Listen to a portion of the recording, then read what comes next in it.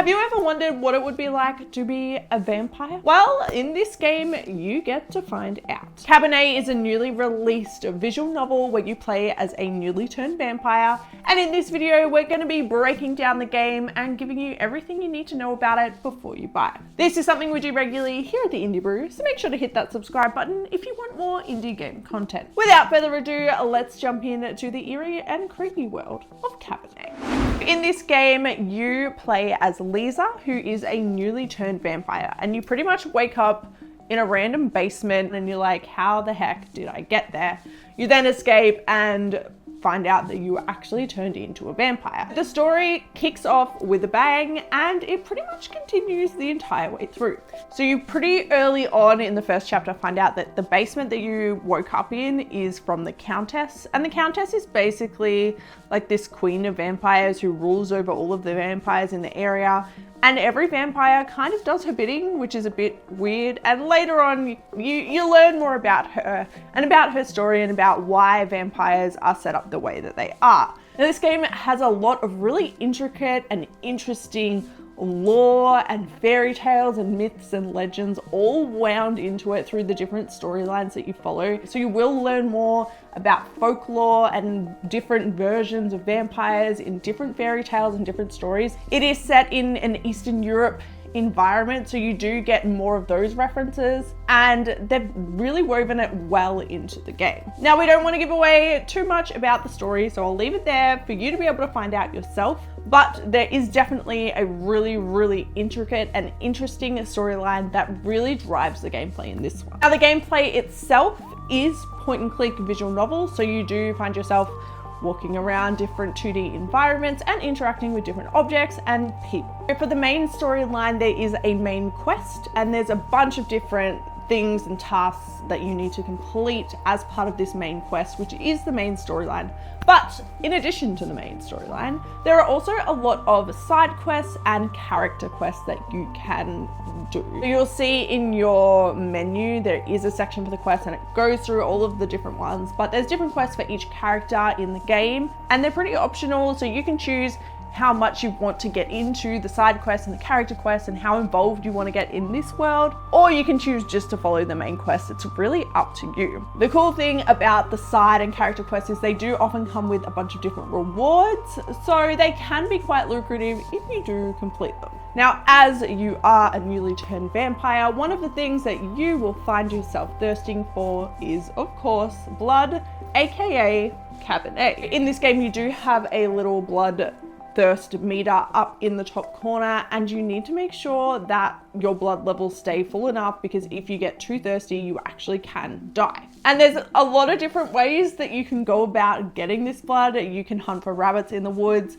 you can build up your relationships with the different humans in the area and lure them into unsuspecting rooms and feed off them there, or you can actually purchase blood from the local saloon as well. Now, to be able to actually feed off someone, you do have some vampire abilities that come in handy. So some of the abilities you'll find that you now have in your new life are things like being able to turn into a bat, which is really useful because it makes the travel really quick, because you can literally fly out your bedroom window and zoom across the skies. It's also really fun because you can like zoom into the villagers' heads and they get all frustrated, and there's just a little bit of chaos in there for you too. You can also turn invisible with your vampire abilities, which is pretty cool. This also allows you to sneak around, and you do actually need to use these abilities for some of the quests as well, so they do come in handy.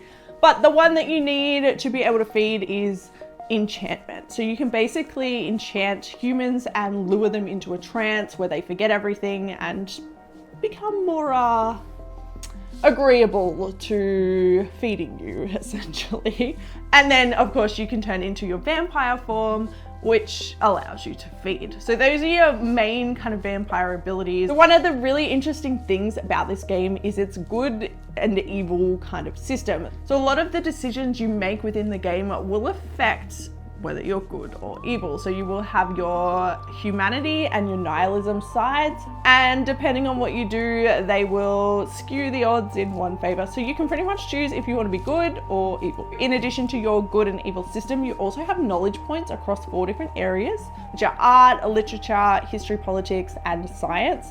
And depending on where you rank with your points, you have different actions available for you. So if you have a high enough point ranking in science, you'll be able to do certain actions.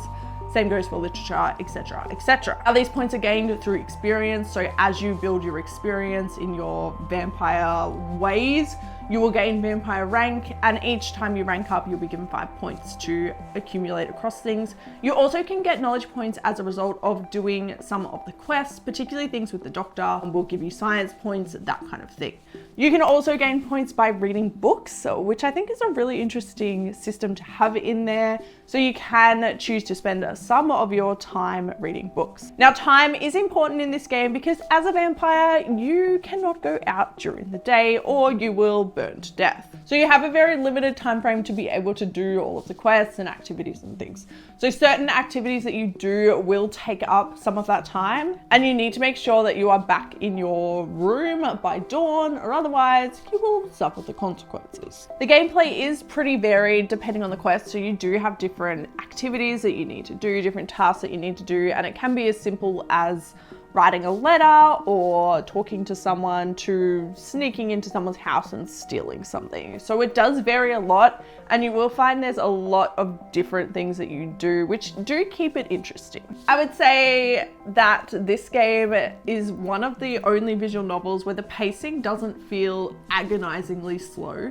And I think that's mostly due to things like the bat abilities, where you can fly around, making the travel really fast, and being able to fast skip through a lot of the dialogue. So if you're a quick reader like I am, you can skip through the dialogue sections. You don't have to listen to the entire thing. So I found that the pacing in this one is pretty good, especially for a visual novel. The only thing that I had issues with the pacing is that some of the quest tasks, particularly for the main quest, are locked to specific dates. So you can only do the quest on this day or this date, which was a little frustrating because you're basically just waiting around for that date to come. And if you didn't want to do any of the side quests or anything like that, it's pretty much feels like you're just wasting your time. I did have a couple of bugs that weren't game breaking, but were just kind of annoying. I had one where I wasn't able to send a letter for a certain quest, and there was no instructions or anything about how to send the letter. So basically I couldn't send the letter, so I couldn't actually do that quest anymore. The other thing that I found got a little bit finicky at times were some of the interactions only showing up when you stand in particular spots. So sometimes, even if you were right up next to the person you wanted to talk to, the interaction bubble wouldn't show up. You'd have to move slightly back or slightly forward to be able to initiate it, which was, again, not game breaking, but just a little bit frustrating. That being said, all of those didn't matter because the storyline in this game is fantastic. It definitely has that captivating feeling and it draws you in, so you just want to keep playing, and you really just want to keep playing so you know more about what is going on, what the overarching storyline is, how it all works together. There's a lot of mystery in this game. There's a lot of unanswered questions, and it really just draws you in because you want to find out what's going on. You want to find out who the Countess is. You want to find out about the revolutionaries. You want to find out about Lover's Island and what the heck that is and what happened. So there really is a lot of story in there, and it's really, really good. It really draws you in. The other thing I really love is the choices matter kind of feel. So knowing that your choices affect what actually happens in the story is really cool. And you really see the impact of a lot of your choices, some more than others. If you know, you know. But there is a lot of choices that you make that have a really big impact on how the game unfolds and how the different characters all come together, and it's really, really cool. I also really love the character sheet system, being able to do your different points and specialize in different areas, as well as the good versus evil system. I think it's really interesting, and it really made you feel like you could be your own character in this game and you could play in a lot of different ways. You could definitely do a pure good run or a pure evil run, or a middle kind of run, depending on what mood you're in. And it definitely makes it feel like you could replay this game in different ways. The voice acting in this game is phenomenal. And when combined with the art and music, it really creates this really great kind of eerie, interesting, mysterious atmosphere that draws you right into this world. It's definitely not scary. It's probably more on the spooky or eerie side. But when you combine all of the art, music, and the voice acting, the world just really comes alive. And I think that's something they've absolutely nailed with this game, is the story and the world building. It really feels like you are in this world, being this character and interacting with all these characters. And I think they've absolutely nailed that side of the game. All right, that is our first thoughts, everything you need to know about this game before you buy on Cabernet. We'd love to know what you think about this one. Have you tried it yet? Let us know in the comments below. If you're looking for more indie game recommendations, click here. And until next time, stay caffeinated.